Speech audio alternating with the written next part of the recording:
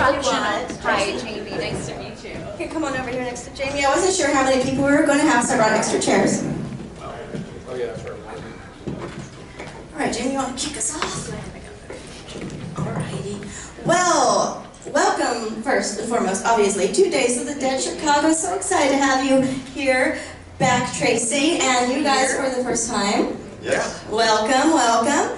So, you know, let's start this off by getting to know you all first, okay? We want to know, I'm sure our audience wants to know, about your acting journey. How did you get involved in this craft?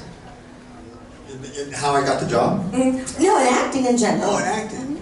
Started when you were about 2 years old. Yeah, no, I have a degree in psychology from UCLA, but I fulfilled all my credits and I took the last 2 quarters and took acting classes. And the first time I had to say a line in a scene, I was so scared I couldn't barely get the words out of my mouth. And finally, just say something. Okay, here's my line, whatever. And you know, you are either challenged in situations like that, or you are fearful and you run away from it. Well, I was challenged, and that's how I got it. And I have a very funny story how I got that first role, and I'll let these guys talk, I promise. But I met a writer on General Hospital, and my mother had a cooking show on TV. And I asked that writer, I said, do you like sweets? And she said, yes. I said, do you like pies? Because I know how to bake pies from scratch. And she said, yes. I said, well, I make the pie that is as close to a human orgasm as you can get. Would you like it? She said, yes. So I said, I'd like to meet your casting director. And she introduced me, and that's how I got my first paid acting role. All right. Wow. Pass it over to Mr. Larry here. Okay. Well, I was walking down the streets of Santa Monica Boulevard and this guy said, hey, do you want to be in a movie? And I was like, okay, and he paid me $50 and that's how that works. That's how it works. It was, maybe you've seen that movie. It was only cost $0.25 and you put it in the curtain, but otherwise. But your kids can't see that movie, right? No. Adults. Hi, everybody. Good to see you all. Yes, yes. I come from a showbiz family, and I have an older brother and a younger brother. You can Google my younger brother, Brad Savage. He worked forever and ever. Salem's Lot. He was Danny Glick. Yeah. Anyway, I did my first commercial at the age of 2, and it was an American Motors Rambler car commercial. Wow. And we were living in Michigan at the time. I was born in Chicago, and yes, back home. And so we moved to Los Angeles for show business when I was about 6, and I worked all through my childhood until I was. Well, I went to college. I was at UCLA, and I was getting ready to move to Michigan to transfer to University of Michigan. And my mom at this point was a children's talent agent, and she called me and said, Tracie, they're casting for a movie. And I said, Mom, I'm retired. I'm done. She's like, hey, you got to pay tuition, out-of-state tuition at U of M. You should go on this interview. And I did, and I got it, and then I moved to Michigan and kind of retired from show business at that point. Yeah. And I'd love to hear some favorite memories from set for you guys. Well, I want to say one more thing. Tracie's mom was not just a child's agent, she was an adult agent, because I was my agent. No way. Yeah, I knew Tracie before we ever made the movie. Yeah. And I went and told her that I got this role, because I didn't get it through your mom, I got it through a friend. Yeah.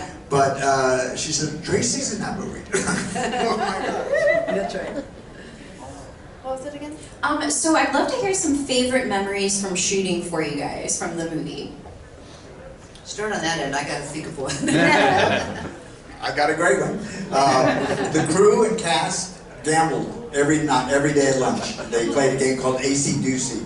You deal 1 card, that's going to be low, whatever the next card is, like if it's a king or whatever, then you bet the next bet on if the 3rd card will be between those 2. Simple game. If it does, you get the money out of the pot. If it doesn't, you match it. It can turn really ugly very quickly. This pot grew up to about $800 when it was just $5 betting, and it grew up because it kept getting busted.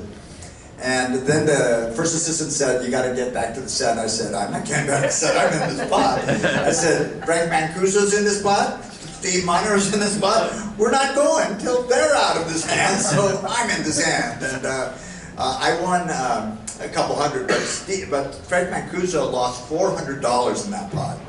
He was walking back to the set, he said, God, I lost $400. And the assistant director said, you lost 45 minutes of production, that's about $35,000. And Frank Mancuso goes, yeah, but I lost $400. True story. We had such a great time making this movie. I remember, I really cherish, I remember just sitting in our little, because we would be, like, there was the set, which is the barn in the house, which was, you know, practical, and they were there. And then, but where base camp was maybe a quarter mile away, where the trailers were. And there was a lot of downtime between shots. The 3D took forever. So basically it was 2 hours for every setup. And no matter how simple the setup, it was 2 hours. So we would be just sitting around. And I just remember just hanging with Dave and Tracie and Catherine and This cast got around long, really well. we just were just hanging out, and we had so much fun, and we also had great food. We had there's a French caterer, and remember, and like not just like lunch, like the first day at lunch. I'm like, what's for lunch? I'm the first time on a movie. I don't know anything. Like, what do they serve for lunch? Steak and lobster. Yes. I'm not getting steak and lobster first day. I'm like, oh great. Okay, but tomorrow it's peanut butter and jelly. Every day was steak and lobster. Different things. Yeah. And then they come like so we start at 6 o'clock call and then 12 o'clock lunch right and then 6 o'clock. So like and then at 9 and at 3 come out with like egg rolls or little sliders. And so good, the food. I know I was fat, but then and I was like, well, I'm fat, so I can just keep eating it. It was part of your character. That's right. No contract. Yes. Keep eating, Larry. No salads on my set. You might know this better than the boys, but I remember them talking to the ladies about 3 weeks into the shoot, saying, lay off the food. Hey, I had to get into a bikini. I mean, come on. You can't have too many sliders and still put on a bikini.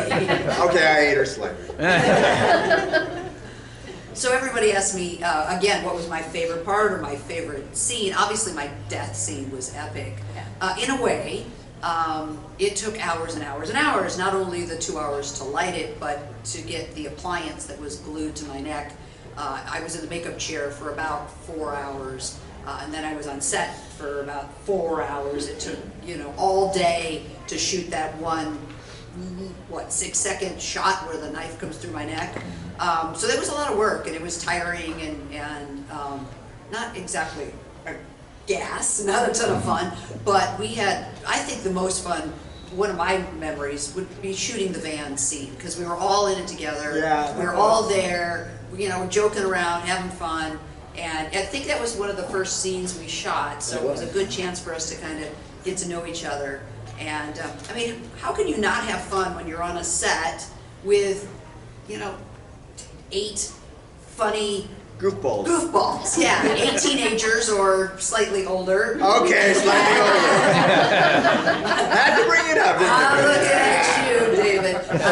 But we just had a blast. It really was fun, and I don't know if you see the 3 of us together. We're talking 41 years later, and we're like brother and sister and brothers and sister, and we just laugh, and it's a great time for us to be together. I'm speaking for myself, but I think I can I'm not so sure. Yeah. we have a bond. I mean, we just have we have a bond with everybody who went to Crystal Lake. Like anybody from, I meet Adrian King or Amy Steele, and it's just like we're all like in it together, which is so great. I just met Carrie and Camilla from Part 4, the twins, and I'd never met them before. And we were at a show together, and they are just awesome, and they're, about The Devilment twins. They're just, they're so nice, and they live near me, and we were just like, wow, I can't believe it's 40 years later, and like they have the same kind of awe that I do. It's been 40 years, and here we are, still talking about this crazy movie. How cool is that? So, it's fun. Yeah, it was good. We filmed, the whole movie was filmed basically exactly in sequence, except for the store scene, which was shot first. So we shot the shore scene, and then everything, and then then they just went Harold and Edna, and then picking up Vera in the van, and then all the van stuff, and then getting to the thing, and basically that was the schedule, exactly. And so then one by one we'd die, and then we'd be gone. It is unusual in a movie that they shoot it in sequence. That doesn't happen often. But it really helped. I think it was good for us. So tell me about some of the challenges in shooting in 3D, because it was pretty revolutionary technology, and I imagine the camera was not as high-tech as it is now, right? Well, so they were using a brand, it was not the red-blue 3D, it was one of the first of the polarized 3D, the clear glasses. So if you saw it in the theater, many of you were not alive, but those of you who were, and they came too and saw in the theater, it was the clear glasses. So they were doing a brand new thing. That caused a lot of problems for them, for the crew. We were not, we just had to sit there and wait while they got the shot. And like I said, it took 2 hours you do master shot, and then you do a close-up and do the reverse, and everything just took 2 hours between takes. But, otherwise, for us, it wasn't that different, except when we had to do the specific 3D things, like throw the wallet at the camera. It's like, you gotta hit the camera, you gotta, again, or, How many times did I get a yo-yo? That yo-yo scene was the best thing, because I wasn't in the scene.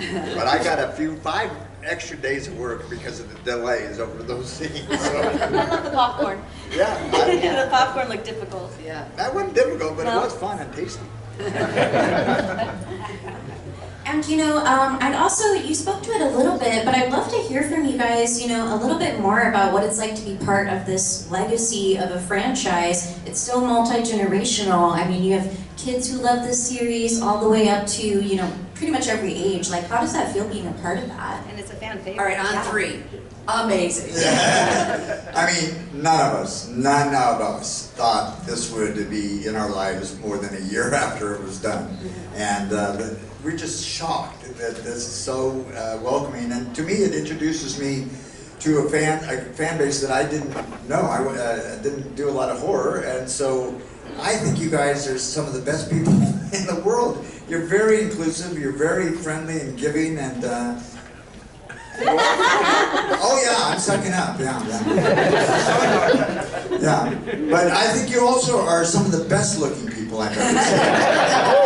And may I also say intelligent, but looks are deceiving. How many people in this room, by applause, read anything? I'm from Seattle. They recently had an article that said that the population of people who read anything is getting smaller every year.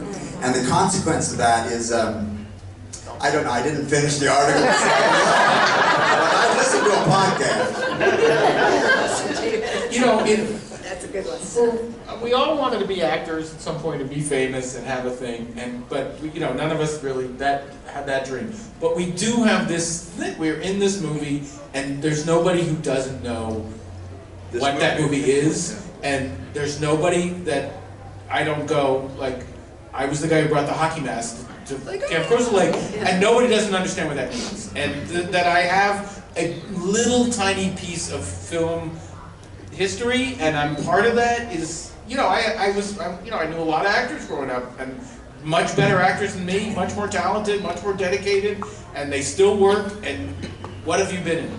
They can't, you would never know. I mean, it's not that it's this huge lucky thing that we get to have this legacy and come out and travel the country and see these and meet people we don't come here for the money. We get signed autographs. We come here because we like coming here. None of us would come if we didn't really enjoy coming out here and meeting people and having this interaction. This is the joy. Yeah. Everything else is the gravy. I mean, Totally agree. I want to say one quick thing. I was at a convention in I think it's Lexington. my turn, though. You're next. Calm down, David. Well, now I forgot what I was going to say. Go ahead. No, I can wait. No, there was a guy at the convention that I just went to, and he grizzled, hard life. He was a trucker type, whatever, and he comes up to my table and he puts his hand out and he shakes my hand and he almost breaks it. He goes, I had a shitty childhood, and you guys were the only entertainment in my life. And I just go, oh my God. So that kind of thing, how can you think you're going to come into that? I don't know. I love it. Some of us had a shitty adulthood and it helped us there too, I'm just saying. Well, Some of us had a shitty adulthood and it helped us there too. So there's no fix for that. I'm a college professor in Los Angeles, and I teach journalism and I teach video production. My students are 18, 19, 20 years old, and nothing breaks the ice faster with my students than to mention, you know, my past and my experience in Friday the 13th. And you can always know the fans that are in my class. Their eyes light up and they, what? That's my teacher. I love it. It's the greatest thing. It's so fun. When I first became a journalist, in the first few years, I didn't really mention the movie much because I was really trying to be taken seriously as a news reporter, and I didn't want people just to think, oh, I'm an actress, you know, reporting the news, because I'd gone to college, and now I just, it's all I talk about because it's fun. It's so great to be associated with really like a piece of history and a cult classic, and it's every generation of young people that love the genre, and so I'm just thrilled to be a part of it. Yeah, you mentioned podcasts earlier in passing, but we have a podcast, The Dolls of Horror. In our podcast, we have segments we always hit, such as favorite kill and fashion moment, but my favorite, and I think Jamie's is too, is epic line. Do you have any favorite epic lines, either yours or your own? Quotable. I don't know. You go first. Doesn't have to be your own. Your turn. Put your phone away in class. I have a favorite line, not from this movie, but I have a favorite line. Oh, sorry, go ahead. Well, you know, was it you, me, or the hammock? My favorite line is Rachel going, Shelly's dead!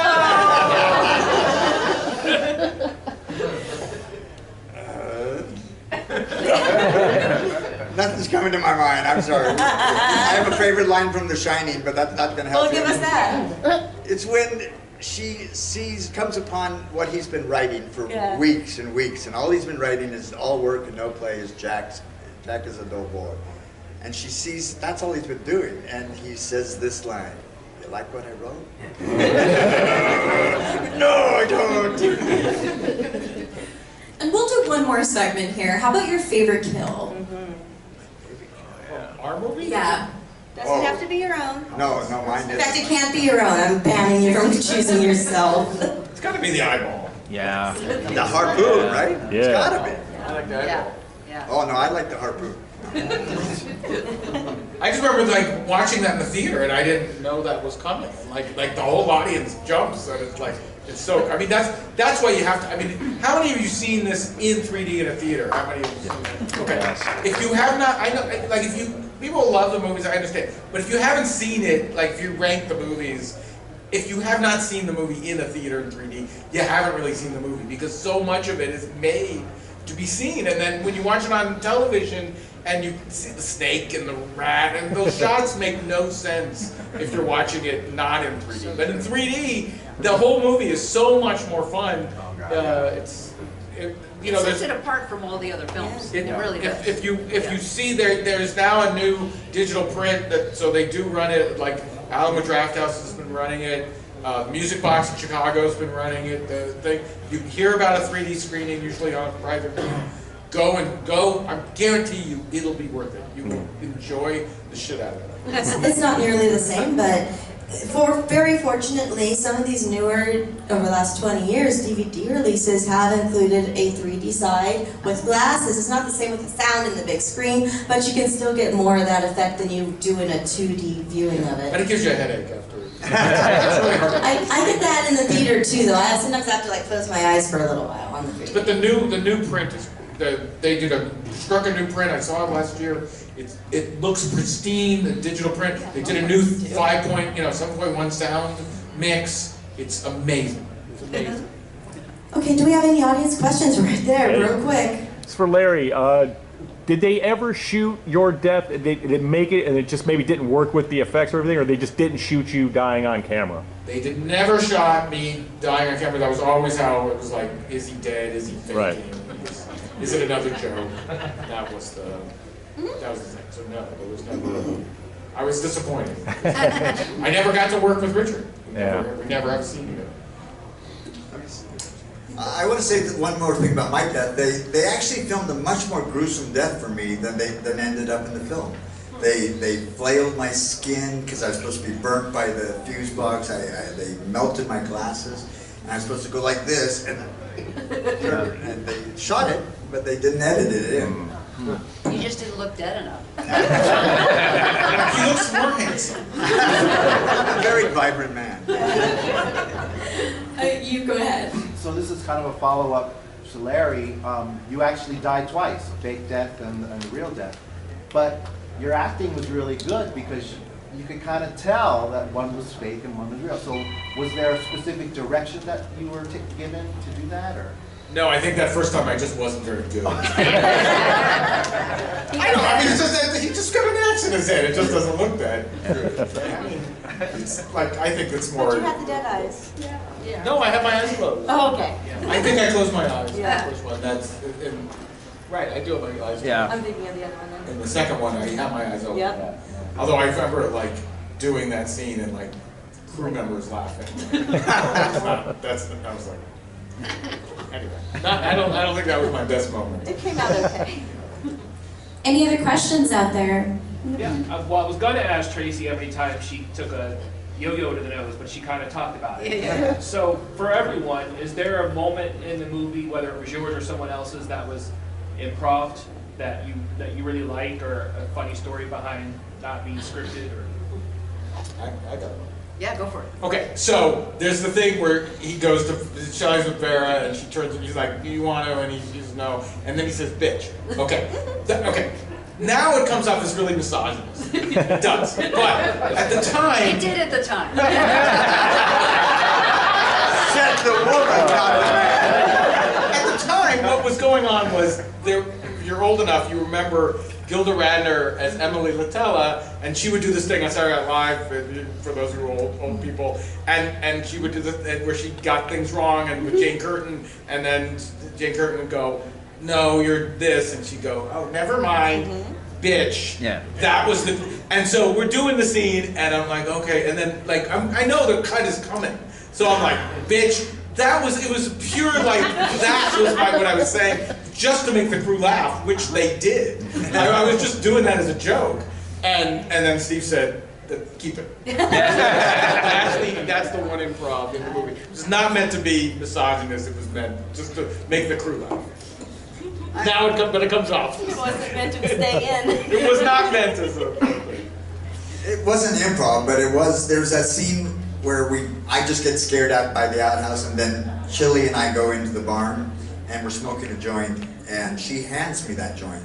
But she hands it ember to my finger, so I'm actually, the actor, physically being burned. And I'm going, so I had to hide that. That was my improv. be a man. Yeah. Sure tested me, didn't you? I just remember the real focus of filming was getting these 3D shots correct and making sure that they looked great. And I didn't think the acting performance was top on their priority list. You know, if I felt, gosh, I'd really like to do that again. You know, no, that's not going to happen. If the shot looks good, we're moving on. So I never really felt there was a lot of room for improving and kind of, you know, experimenting, and can I try it a different way? It was just get it and go, and hope that you don't make a fool of yourself. This is one of the great directions I got from Steve Miner. I did the line, whatever it was, and he said, "Do it different." I said, "You're the director, Steve. You got an idea what you want me to do?" He said, "No, just different." I said, "Okay." And then I tried it a different way, same line, but different way. I didn't think he was the strongest director then. I think he became a better director. Steve was not concentrating on us acting. Like, I remember we'd do a take, and he's like, they look, then they would go to we'll look at the video and look at it, and then I'd say, do it again. And we're sitting there going, is it okay? What, Yeah, are we okay? Or is it us? We got nothing. Because they were really just like, is the 3D shot working? That was it was very technical. That's what they were focused on. We were just, luckily we were all superb masters of our craft. We carved out these iconic performances. Yeah. I was just stoned. I saw some more hands out there. For some of the other Fridays, the cast have said that when they were initially auditioning, it was a secret what the movie was going to be. Yeah. Was there a cover story given to you? And if so, what was The it? movie was titled Crystal Japan before we actually opened as Friday the 13th. It was a working title, and it was supposed to start as a non-union film. I was union. I didn't work a lot then, so I was willing to take the risk. And then I got cast, and then a few weeks later they said, we're going to go union. Are you okay with that? I said, yes, I am. But we didn't even know when we went on the interview that it actually was going to be a sequel. Oh, I didn't know it was Friday the 13th Yeah, at all. It's yeah. a movie called Crystal Japan. Like, what is Crystal Japan? This is strange, but that's all we knew. Yeah, I knew because and maybe some of you may have heard the story. I was in Westwood on a Saturday night. I had a job handing out tickets to sneak previews of movies, and so I'm handing out tickets to a movie no one ever heard of called The Road Warrior. I was seeing a movie called The Road Warrior, and these two people came up to me and they said, "Are you an actor?" And I was, struggling. I was, want to be an actor and studying theater, and I'm like, "Yeah, I'm an actor." And they're like, "We wrote this movie and we think you'd be perfect for it." And that was the writers of the movie, and I said, "What movie?" And they said, "Friday the 13th Part 3." And I was like, "Okay." So I gave them my agent's info, and a couple days later I got So called. was it how you said, "Would you like to see this movie"? They were, Was that what sold that? Would you like to see this movie? if you look at the character description of Shelley, and it's like if someone said, "I'm going to put geeky Afro Jew, practical joker actor, check, that guy, nerd." Like you said, I'm not an asshole, I'm an actor. They were like, "That's the guy." They look, and then look on the first day of filming, Steve said, "I don't want you doing a character, it's you, just you." So this is Shelley is just Mary in 2018. Am I exactly the same? I don't know. No, you matured a little. That's I was not I was like, what would Larry do? That was all. So I didn't have to do all that back. And it's not like I'm going to gain 50 pounds and grow that throw out. I was there. I didn't have a beard when I auditioned. They said, start growing your beard. Start growing your hair. So it worked. I saw someone over there, yes. Yeah, so when you guys aren't doing conventions and you just have downtime and you're away from all this, what are some of the things you like to do in your personal time? I love porn. Ending or watching? Either way. And to see all of Larry's movies. I live in Seattle, and I moved there in '95, but I not done this in LA where I was an actor, but I did do stand-up comedy up in Seattle and did well enough that I was able to do it for 10 years and go down to LA, and that's one of the things I With love Tommy doing. Chong. Yeah? With Tommy Chong? With Weren't Tommy you with- Chong.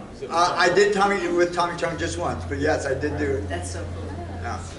Do you still do stand-up? I do it occasionally. You just I did, do didn't you, this year? more acting. I get Well, you asked said to for do- 10 years, I'm No, like, I is do it still corporate on? gigs, but not as much. Not as much.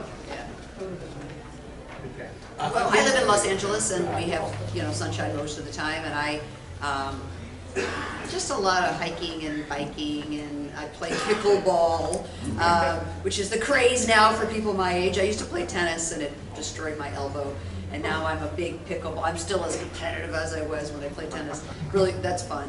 So I just keep moving a lot, keep moving a lot. I enjoy that.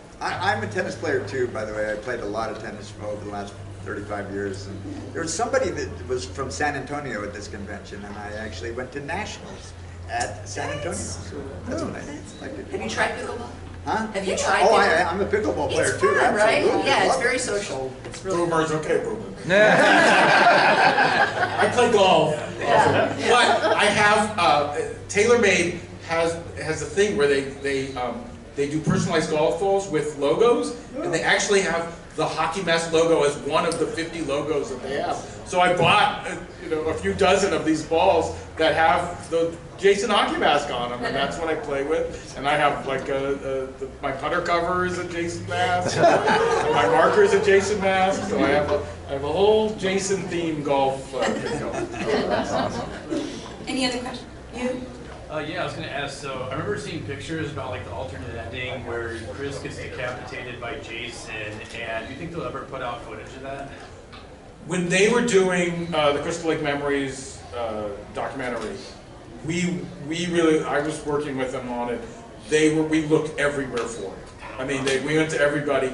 Nobody knows where it seems to be gotten destroyed. At least nobody knows where it is. I was there when they filmed it. It was a really amazing scene. So the way it worked was, she wakes up in the canoe, and then there's the Mrs. Voorhees drags her in.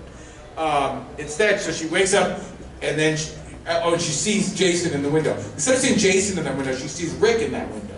And she's like, "Oh, Rick!" And she paddles over back to shore, and then she is walking in the front of the cabin, and you see Rick in the big window, inside, and she gets to the door, she opens the door, and instead of Rick, it's Jason, and he just takes her head off, and they built this whole thing with the fake head, and Dana had her head down and slashed her, and I watched them film it, and it was great, and I don't know why they didn't use it. I'm really, it was so much better than Mrs. Voorhees coming back made no sense at all.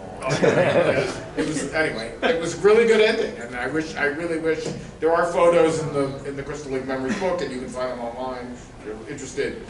It was really interesting to watch. I wish they had used it. Yeah. Any other questions out there? Sir?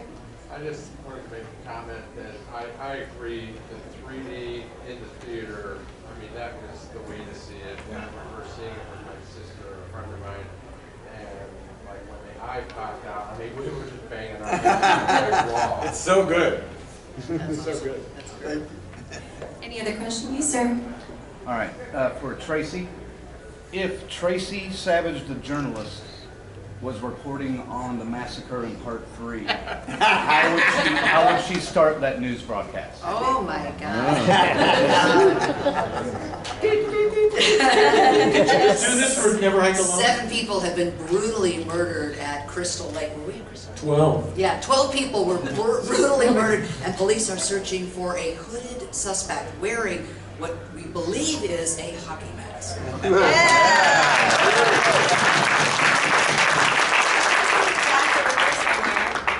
Yes.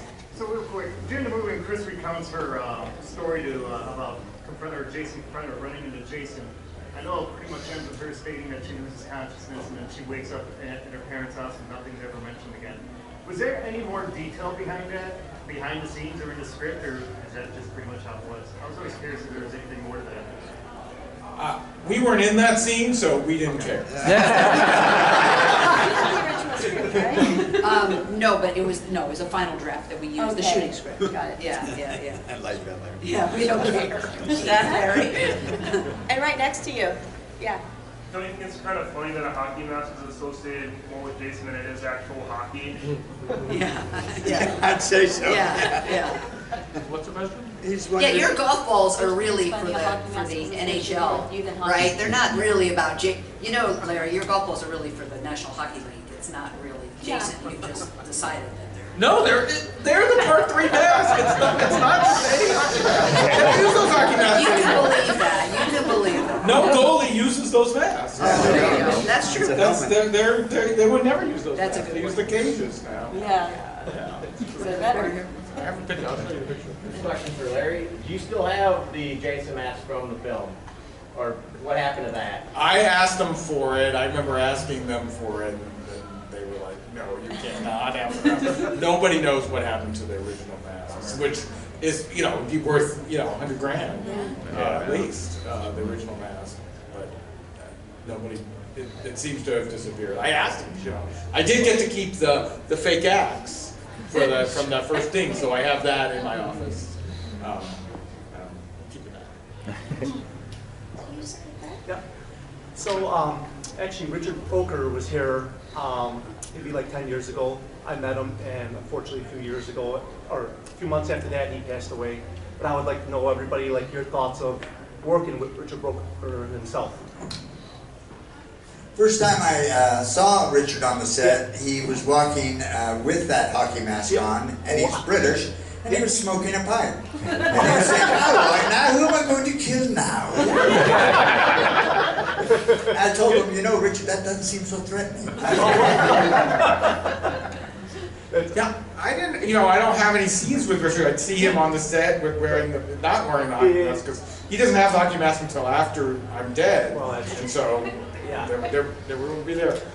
So I didn't really meet him until 2002 at a screening in LA, and that was the first time I ever actually got to talk to him. And then over the years, you know, I'd see him at conventions, and he was really a brilliant guy. He won an Emmy for inventing a camera rig. She did a lot of work shooting for the polo stuff. He was into polo. He was really sweet guy, very smart guy. Tragic that. It was just very heartbreaking hearing it.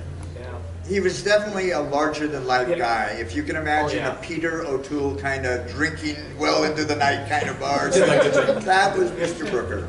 Oh, wow. And I always felt that, you know, we were just a bunch of dumb kids running around, and Richard felt like he was kind of a cut above. And not that he acted that way, but he was a mature, experienced guy who'd been around, and he wasn't like goofing off as much as we were. At least that was my perspective. I agree with you.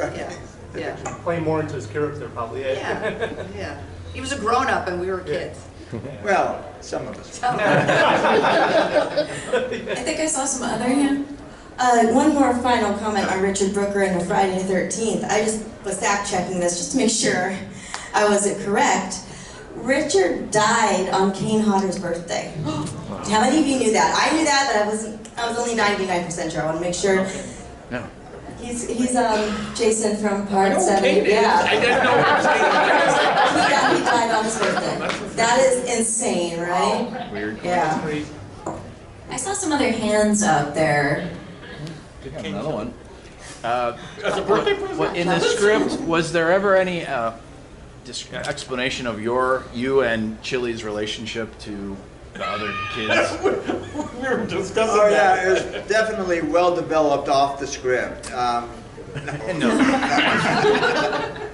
Sometimes looking for logic in a Friday the 13th script. You know, I met this actress on the set. I had auditioned with 5 other Hispanic actresses because they wanted to cast originally a male-female Cheech and Chong, and that's why I grew the beard. And they actually had me auditioning like totally, you know, just like Tommy Chong. And then when I get to the set, Rachel Howard's there, and I never had auditioned for her, and they said, let's lose the accent. So that's that. I don't know if that was a question. I just thought I'd tell a story. Storyline, you know, plot, etc. It was all about the kills, right? It's all about good, gory, good, exciting, interesting kills. So, for example, Debbie being pregnant. Yes! What the heck? Where did that come from? It was just this random thing that they kind of threw into the script, and it wasn't. Oh.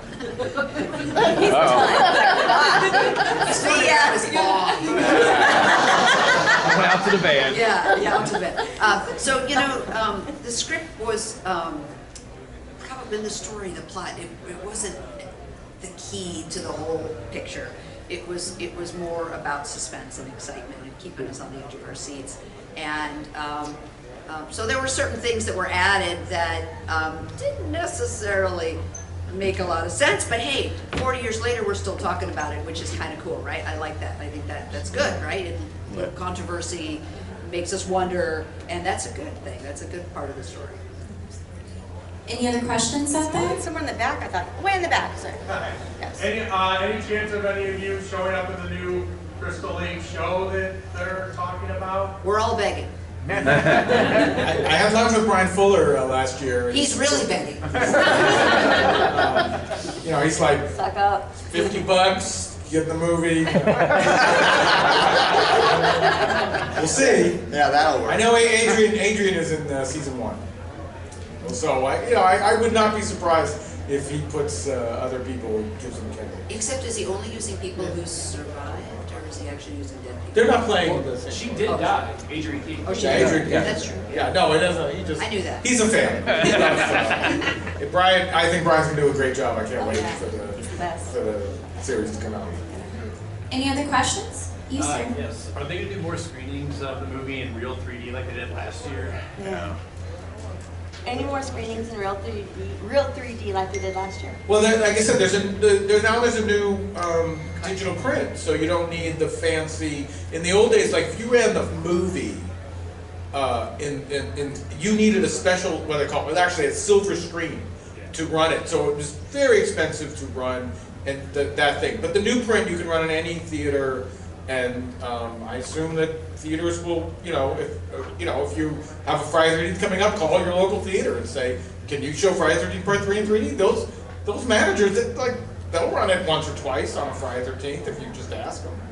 It's not that hard anymore, so do it. Any other questions out there? Way back. Yeah. Oh, it's pure torture. But I'm brave and I suffered through it. There is nothing more fun than to be in a horror movie. People go, oh, I'm sorry you were killed. I'm like, the whole killing is the whole point. It's like, you don't want to be in a porn movie and not have sex. Oh my God, Sherry, that's perfect. That is perfect. No, I'm actually He absolutely, he's right, and not that you should be, right? yeah.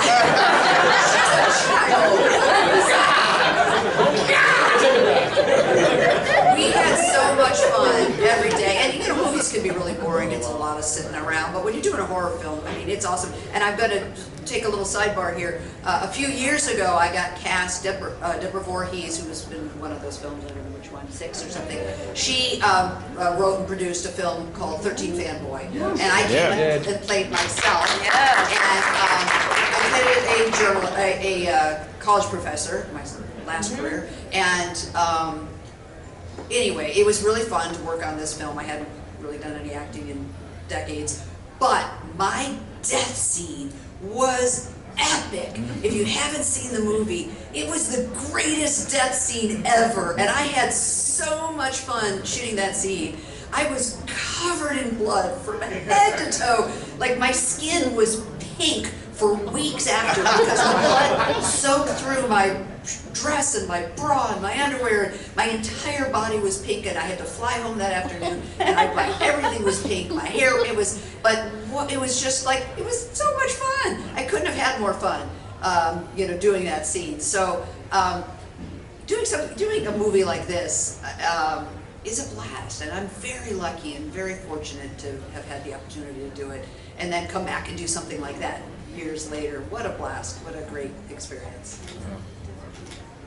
I just want to follow up on that. And the reason that you died in that is because you couldn't answer the trivia questions. Yes, well, I can't. Friday the 13th. That was true. I'm a huge fan. I couldn't answer those trivia there questions. You go. Thank you. Yeah, good for you. Yeah. And would you guys consider yourselves fans of the genre, watching it? And if so, what are some of your favorite things about horror? I take the fifth. I'm a big fan of horror. I've always I've always been a big fan. When I was a kid, I was into the Universal Monsters, and then I remember seeing Dawn of the Dead in the theaters in '79, and that was like a religious experience. It's just great. I try and keep up and see, like this year we've had Talk to Me, which was so good. Yeah. And, Scream, the new Scream was great. Just a lot of Evil Dead Rise. Evil Dead Rises was fantastic, and now I'm working with, I'm a lawyer now, and I'm I'm working with Damien Leone on Terrifier 3, and that's awesome next year. So that's we're looking forward to that. A lot of stuff coming out. And, I'm also the attorney for the Amityville Horror, the Lutz family, and working on something with that. Like the actual family? Actual family. Wow. Lutz family. That's so cool. That's awesome. That's a neat connection. I saw Night of the Living Dead when I was too young to see it. My brother took me to it, and it scared me to death. To this day, I still have PTSD from it. And I got to meet George Romero when I was at a convention, I don't know, 10 years ago, no, 7 years ago, but it was right before he died. I don't remember exactly when he died, but so amazing to meet him, and I was like tongue-tied, and I went up to him and I said, "You have no idea the impact you've had on my life, your movie. I was a little girl, and I remember it like it was yesterday, and what an amazing experience to meet you." But my appreciation for horror pretty much ended after that movie, because it scared me so much that I couldn't stand the jump scares and I just can't even handle it. I can't watch them. So it did its job. Yes, it did its job. It worked for you. Yeah, exactly. Well, I'm not saying that horror is my favorite genre, but good writing is. So I don't care what genre it is. If it makes sense and it gets me emotionally, I love it. So in horror, things that I like in terms of good writing is things like The Shining, or anything that can scare you just with the words. Not with the blood and guts. I guess that's where I can lean. And to wrap us up, I would love to know, because this is always such a fun question to hear answers for, is there a moment on any set, not just this one, that has taught you something important? That has taught you something important? I gotta think about it. Take the props if you can. It's the most important lesson. As a lawyer, when you say steal the props as an attorney? Steal the props. My best friend's a prop man, I can tell you. Steal the props. We talked to Ron Sloan once, and he said that he acquired his decapitated head, from a prop house that has been using it for years, and he's like, "Can I just take this and put it in a bag?" But they had been using his head for years, and then he finally got his head back, and now he takes it to cons with him. It's awesome. So take the props. I'll come back to you on that one. I don't know. Nothing's coming to my mind. But I smoked a lot of pods. You were in character? Yeah. No, I mean now, presently. Yeah. Well, I mean, like they always say in any industry, but especially in showbiz, you just never ever burn any bridges, ever. I don't care how awful they are, and I tell my students this too. You're going to work in the business of people like you. If they want to work with you, more so than how skilled you are. If you're a nice person and you get along with people and you're a team player and you have a good attitude and you come to work with a smile and you finish the day with a smile and you're just cooperative, because when you're on a set, it can be 16, 18-hour days, and if you're on location, it's 6 days a week, and it can go for 8 to 10 to 12 weeks, and you hate each other by the end of the, you could, and especially if you're not nice, you're going to have a problem, and you're not going to keep working, and so it's an important lesson that anybody who's working in the industry, probably in any industry, but especially in showbiz, because you become a family. I mean, you're really pushed together and thrown together, and you're working long hours, and can be stressful if you're trying to get the shot and you're trying to beat the sunset day, while there's still daylight, and it can be a lot of money at stake, and so you just better be a nice person, because you won't get hired back. Even if you're brilliant, they're not going to hire you back. That is the most important lesson in the industry. Yeah. It is. In life, really, though. Yeah, right. Viewed, and you're viewed well if you are a team player. Yeah. It has gotten me work. Yeah. So I don't know how David keeps working. How does that happen? David, do you have anything else you want to add to that? Just that I'm a good actor and I can fake it. All right, so give it up.